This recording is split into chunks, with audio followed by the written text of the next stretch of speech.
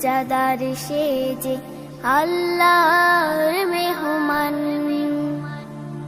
রমজান পেল যে সে তো বড় ভাগ্যবান। রোজাদার সে যে আল্লাহর মেহমান।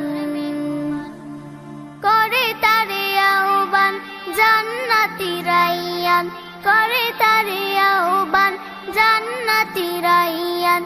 ফিরদাউস হয় তার চিরস্থান। স্বাগতম হে রমজান, আহলান সাহলান।